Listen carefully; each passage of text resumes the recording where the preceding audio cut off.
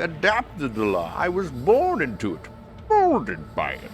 You didn't see the law until I was already a man, and by then it was nothing to me but blinding.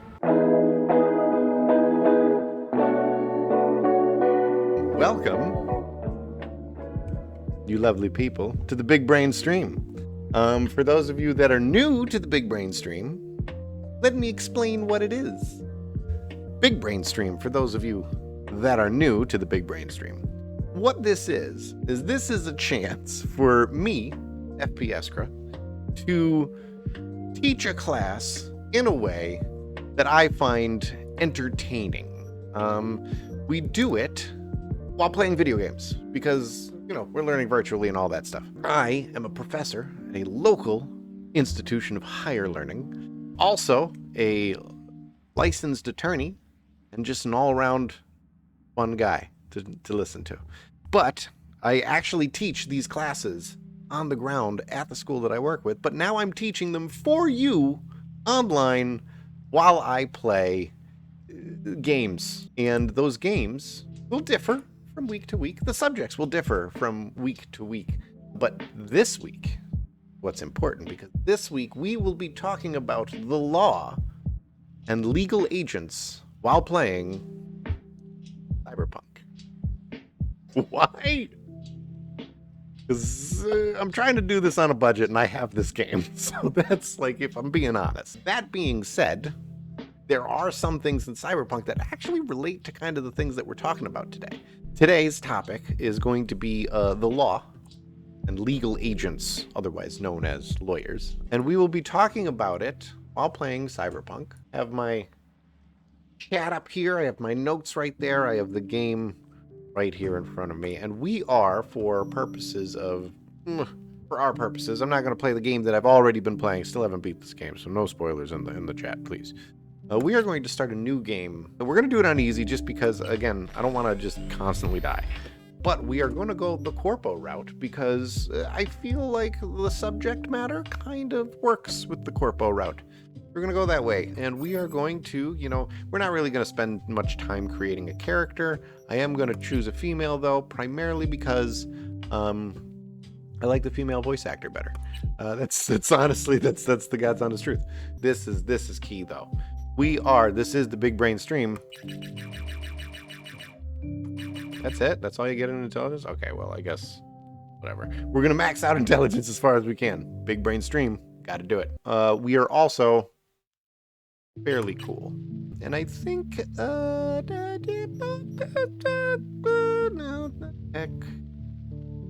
cool and intelligence.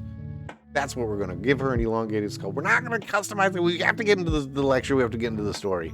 And while this plays, actually, what we are going to do is we're going to shut off my Spotify playlist. Again, today's subject will be on the law and legal agents, and I will try to apply them to the world of Cyberpunk as best I can. Here we go. Oh.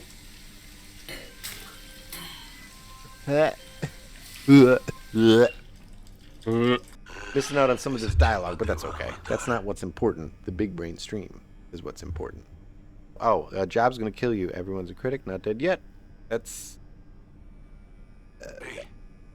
what I said when I was working as an attorney. Not dead yet. After the dialogue Jackie, finishes, I'll if get you into work the in lecture. Arasaka counter intel, you're always fucked. So, getting into the topic of the day, okay? Talking about, we're gonna start with, what is the role of the law? Why does the law exist? What did we achieve it for? Why did we draft laws? Why did we create laws? Why couldn't we just govern ourselves by our natural morality and all that? Well, the law has a couple roles in society today and originally, okay? A couple of them, just to kind of name a few, and generally when we think of the law, we generally think of criminal law. I'm not going to head to the elevator just yet. I'm going to look at this wonderful building. We think of criminal law, and that's the type of law that administers justice. Divine justice is what criminal law generally does, right? It sets rules and boundaries for acceptable behavior and then punishes the unacceptable behavior, right? However, the law can also, kind of on the other side of that two-sided coin there, it can enforce rights, right? Whereas opposed to administering justice in the criminal world, where that is the state using the law to punish citizens for breaking the rules, there are also rules that the state needs to follow, set down by, the people that created the governing structure of the state in which they live in. And thus, you can use the law to enforce your own rights upon the state, thereby administering its own sort of justice in a way. Really a drab building, isn't it? However, both of those, both the administering justice role and the enforcing of the rights role, it can be used to change behavior, right? It molds behavior, it shapes behavior, right? You merely adapted the law. I was born into it, molded by it. You didn't see the law until I was already a man, and by then it was nothing to me but blinding. That was a stretch of a reference. I apologize for that. But anytime I get to do my Bane voice, I try to do it. Swear to me! Fuck the trigger! Anywho, the tool, again, can shape and mold behavior because, again, it sets those kind of like outer boundaries that we like to conform our behavior to. But then it can also educate as well, right? We use the law as kind of like a way to educate those who maybe don't know the difference between right or wrong. So like a kid, right, raising a little baby, you have to teach them the difference between right and wrong. And what's kind of like the easiest way to look? You can look at something as concrete as laws that sets a clear boundary. It sets a clear rule. You can use the rules and punishments that the law sets down to, again, shape that behavior and educate those. That was wrong. Don't do that again. You see what happens. That's a little bit of the role of the law. Now, of course, there are a couple different sources of that, right? For those of you familiar with philosophy, you have natural law. That's essentially that law that kind of like is inherent in all of us, what is generally perceived to be right and wrong, right? Like killing, right? Killing is generally perceived to be wrong. So that's kind of like a natural law. But there are also positive laws, right? Those we reference as positive laws. They're enforced by society, but they don't come from some like sort of innate sense of right and wrong, something that we all agree. We're getting a phone call. Hanging up. I'll be in my office. Okay, so apparently this is my boss. Okay, we're gonna take our sweet time just because he was kind of a dick to us. Well, that's the role, right? That's the role. That's kind of the source of the laws a little bit. We'll get more into that in a second. What is the justification, though, for the law? Why even have them, right? Why even write these things down in the first place? Why can't, again, there are natural laws, right? We've kind of assumed that killing is wrong, stealing is wrong, right? Because there's an inherent kind of sense of injustice in those things. Why do we need to write them down? Well, there's a couple reasons. And some of them get into kind of a little bit of, political science or political sociology, if you will. Right? It goes back into that kind of shaping of behavior thing and providing bounds for acceptable behavior. Mr. Jenkins asked for you. That is some sweet hair. Look at that. Jeez, he must have got a haircut like an hour ago. So what are a couple of justifications? Well, there's what is known as the harm principle, right? These are laws that are put in place to prevent harm to people from other people. These are the laws against assault and robbery and murder and all that. There's also the offense principle.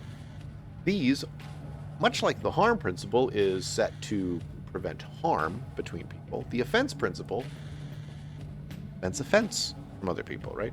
It prevents serious offense. These are laws like public indecency laws or public lewdness laws, right? I can't be running around naked. Like, I think, right, if I were the V right here and I started running around my office, like, yeah, I do that. Oh, I can't do it right now because I'm in the prologue. But anyways, you see, if all of a sudden I just stripped down and started running around in my underwear, people probably take offense to that. Now, there may not be laws against that, just running around in your underwear, but there may be, right? For some reason, women can't walk around topless and men can't walk around without boxers on, right? Well, boxers and briefs, right? Women can't show their tops or their bottoms. Men can't show their bottoms, but can show their tops, I guess. Whatever. Anyways, but that is an offense principle thing, right? It's something that, it's public offense, right? Sometimes some are more ridiculous than others. We could just throw it. Legal paternalism. is another method or justification for the law. This is where the state is sort of acting as a father figure, if you will. These are kind of ones where it tries to protect you. Seatbelt laws, helmet laws, laws that prohibit drunk driving laws can also fit into that sort of. They are primarily go with the harm principle, but can also dip into legal paternalism as well. Then you have legal moralism. Legal moralism is to legal paternalism as the offense principle is to the harm principle. They are similar, but it's just what they look at is different. So with the legal moralism, right, whereas legal paternalism, you try to protect the harm from yourself. Legal moralism is where, all right, we're going to enforce our morality onto the populace. And it's the morality of whoever is making the rules, really.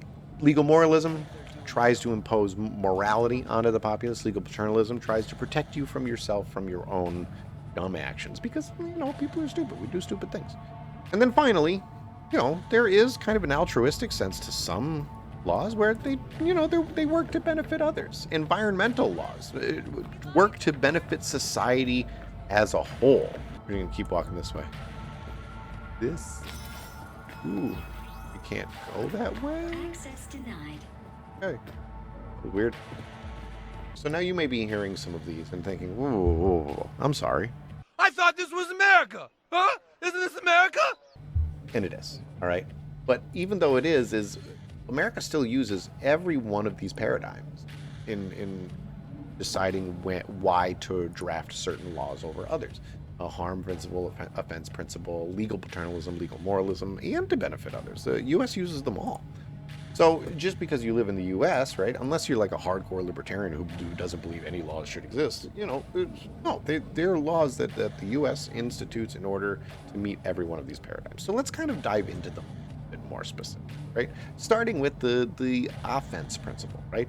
Preventing offensive behavior. This is the one that can get sort of tricky, sort of controversial, I guess, in some instances.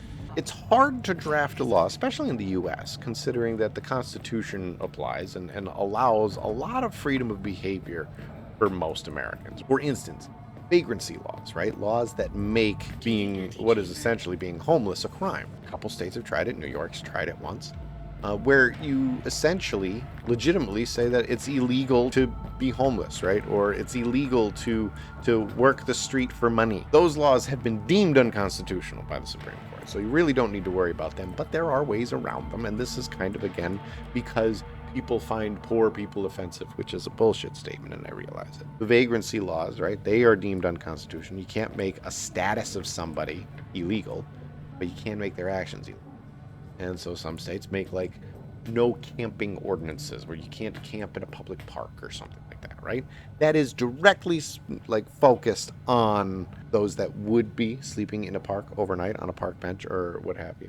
It's unconstitutional to make homosexuality illegal. However, states have tried. It was struck down by the Constitution, but they can make certain actions illegal, like sodomy, making sodomy illegal. What is sodomy? Sodomy is butt stuff. Who's going to be doing that? I mean, any private person can do whatever the hell they want. But it was specifically directed because it is the primary method of sexual satisfaction derived by homosexual males. Preventing offensive behavior, sort of controversial, but still used very much by most states in the U.S., even by the federal government as well. The next one, the next kind of controversial one, right? Paternalism. Wait, I think this is important. Have a seat, V. Be right with you. This is my We boss. have to handle this voting issue before we lose our bases in the sea of clouds. They're about to begin. What's the situation?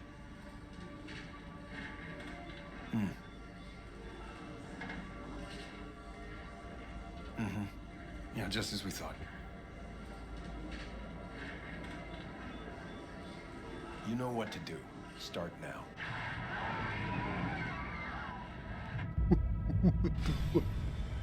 Watching my boss murder a bunch of people. I told you to resolve the problem, not massacre the European Space Council. Do you understand what the cover-up will cost? We would have lost the license. Now we gained a week. That's a win. I hate that bitch. I always have. You're right. I have a feeling Smack her once, but missing hard. off the wrong person She'll in this respect you. Abernathy chick. We seem to understand each other. Take this, too. Pile of cash. And don't disappoint me. All right, so Jenkins, Night City. dialogue out of the way. Paternalism. All right, so let's actually talk about what just happened there. We just witnessed my boss, Jenkins, murder an entire European Space Council. Ooh, boy. Okay, so laws against that. Quite a few, actually. Laws against murdering an entire space agency would definitely fall under the harm principle. You don't want people going around and, oh, is this my office that I have to go? So back to the justifications, right? Paternalism, protect people from themselves, essentially, right? Now, Jenkins also seems, he may have some sort of substance abuse issue as well. Laws that would prevent that, right, fall under the legal paternalism, right? Protecting you against yourself. I'm going to use the cognitive. That's great. Oh, boy. Substance abuse. There it is, right? That stuff is sometimes made illegal because, again, it's the state or the government saying, well, you should be careful. This stuff can really, really hurt you. There's the report summary that I have to go look over. Yes, I have looked over it, just like a corporate hack that I am. Motorcycle helmet laws, speed limits, seatbelt laws, those also fall under the legal paternalism justification. And then there's legal moralism, right? And the protection of morals. Ah, boy. Legal moralism is the hardest one to talk about. Because, essentially, when it comes to, legal moralism, the law acts as a moral agent, right? The fact of whether or not an action is moral or immoral, right? If it's determined to be moral by the makers of the law, then it's made legal. If it's determined to be immoral, it's made illegal. That sounds like it can be, right? Again, sort of like natural law, right? Natural law says killing is wrong because everybody generally agrees that killing is wrong. So of course that's going to be something. And that would also fit into legal moralism, right? It's immoral to kill other people. The problem becomes is when you get into the gray area. Okay? There are bright lines. There are very bright lines to morality, but then there are super gray areas that are, harder to consider. I mean, we have to get controversial. This is what we're talking about. Abortion laws, right? So the freedom of choice or freedom of, it is lagging for me too. I apologize. I don't know why my kilobits per second seem to have dropped, and I don't know how to stop it. You have the gray areas are the harder parts. Areas like, outlawing abortion, or areas like laws that go against, the size of certain soft drink beverages. I realize that's much less controversial than abortion laws. But there you have it, right? Those, they kind of fit within the same justification there. It's within these gray areas, though, that enforcing the law then kind of sometimes falls to the people enforcing, right? Also lagging. Son of a bitch. So that's legal moralism. Very controversial. But when it comes to how laws are decided to be written, right? There are generally three paradigms that we look to. We look to the consensus paradigm. We look to the conflict paradigm. We look to the pluralist paradigm. I am going to take a drink. Yes, drink that champagne. Drink your milkshake. I drink it up! The paradigms of law, how laws are written, as we continue to ride the sky taxi across the beautiful night city. The consensus paradigm is where we'll start, because that is the easiest one to kind of understand. This is the idea that laws will only be written down if everybody agrees to them, right? I mean everybody, right? There is a general consensus in the populace that law should be drafted. Obviously, it is not the way that it works in the US, and that's primarily because consensus paradigm is really only useful for small, homogenous societies that share the same morality, that share the same ideals, all of that. Fuck's your problem, Psycho Suit? Oh boy. This look like a landing pad to you? Could have fucking crushed us. Out of my way. What? Who the fuck are you to say that to me? Arasaka counter intel. We done here? See, I could have attacked him, but I didn't. Because he was armed with the basketball. Consensus paradigm. Everybody needs to agree. And there are two general categories that are agreed to. You have the repressive, and then you have the restitutive. Repressive are essentially criminal laws. You can draft any sort of law that punishes criminal behavior, right? Oh, Couldn't use the front door like everyone else? Listen, I'm in a hurry, and you're wasting my time. He's not a nice Gonna person. keep an eye on you. At least this V. My V. Yeah. This isn't my V, Welcome to though. This Lucy's. is our V. Comrades. So, and then you have the restitutive consensus paradigm, and restitutive consensus paradigm is essentially like the civil law, right? Where it's a way for you to be reimbursed for things that have been done wrong to you, but that aren't necessarily illegal in a criminal sense. Right? There are a couple famous consensus paradigm thinkers who think that all laws should follow along the consensus paradigm. One of them being Cesar Beccaria. With the consensus paradigm, there are three elements that you must consider at all times before a law is written down. Is this law representative of everything that everybody agrees on? Right? Is it representative of what the people want? Does it enforce social cohesion? Does it bring the people together, right, and emphasize what is called a we-ness, right? We the people. Or does it split us apart?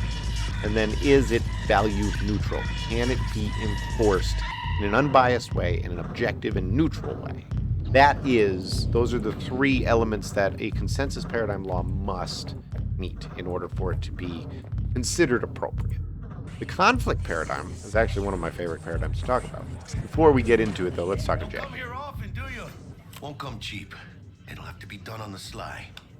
No trail. Hard eddies only. Well, good thing I have Got the this money.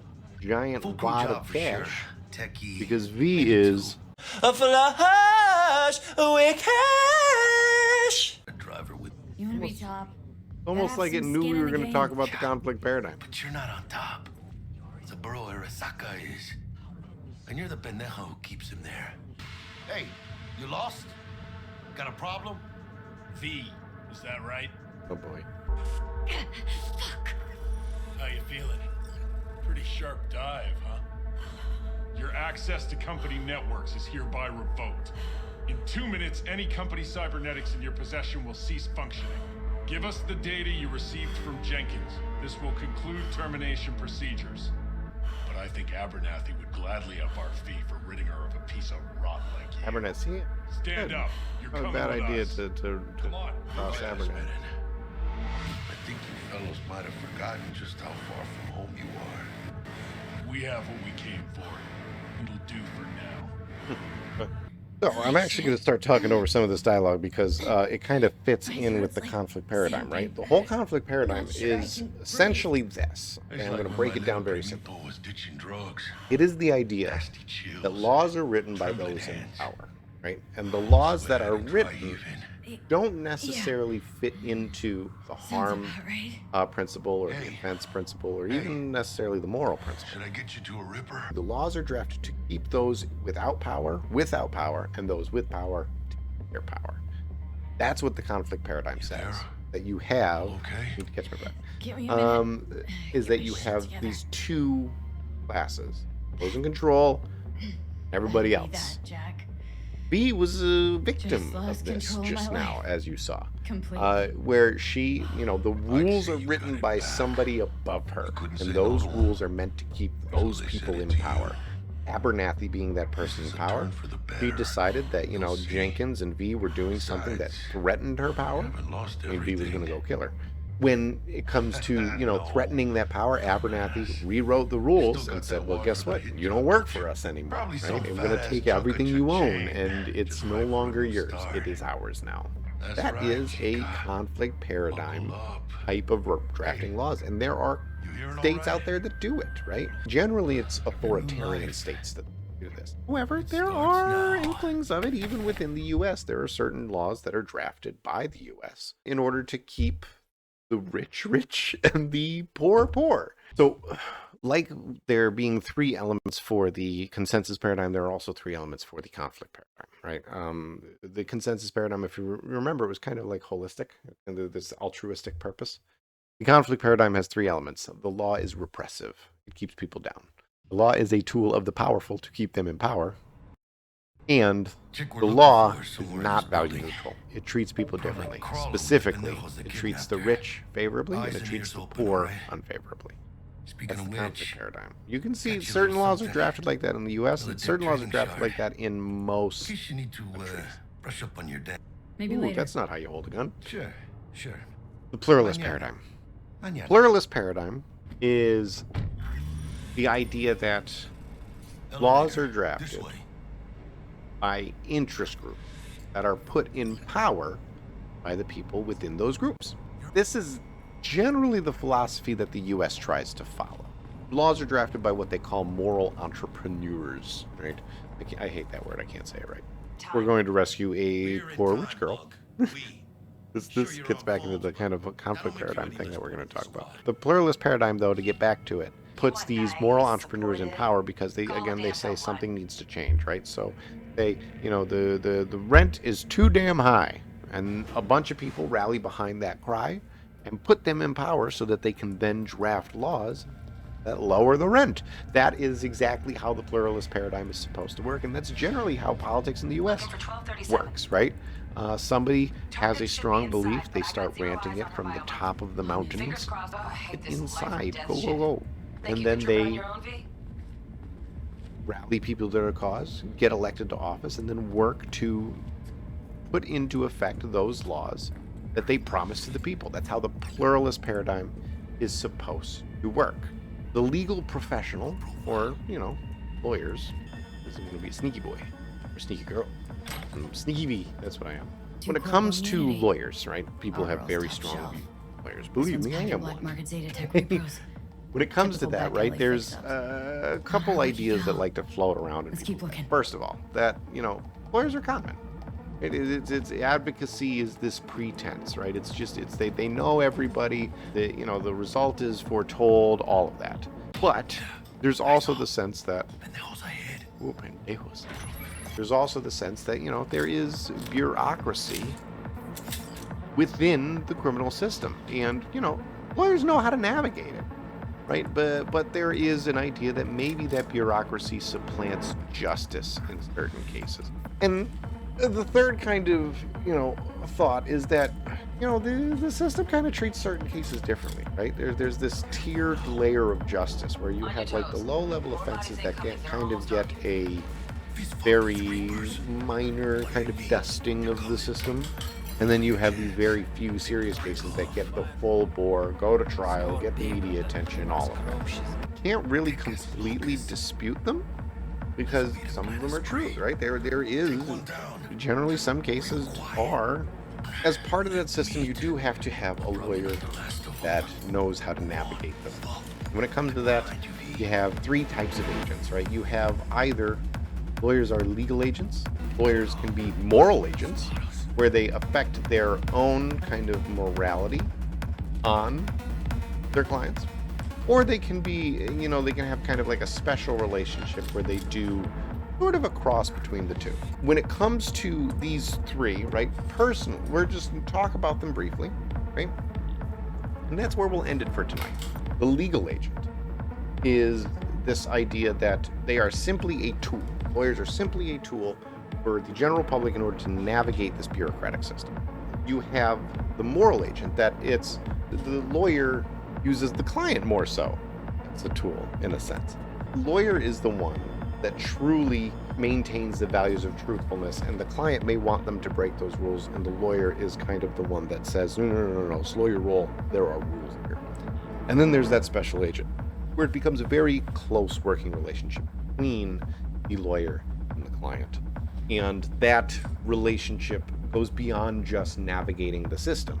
It goes beyond, life advice and being a counselor, where that word comes from. Of those 3,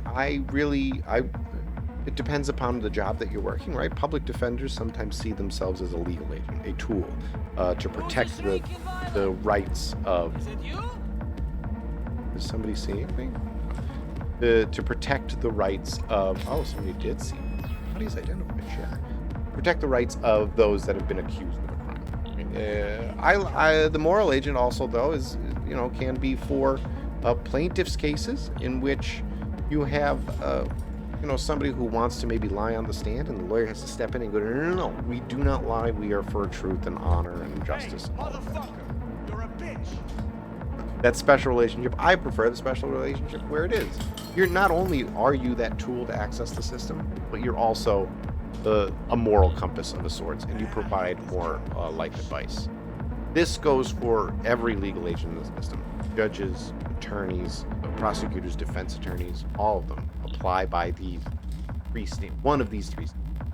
And it's almost a personal choice which one you go with if you become an attorney. It fits your personality, it fits your kind of operating style and the way that you work. We're just going to finish this level here. You guys saw me, somebody saw me. Beat the scavenger leader. I think if I just do this.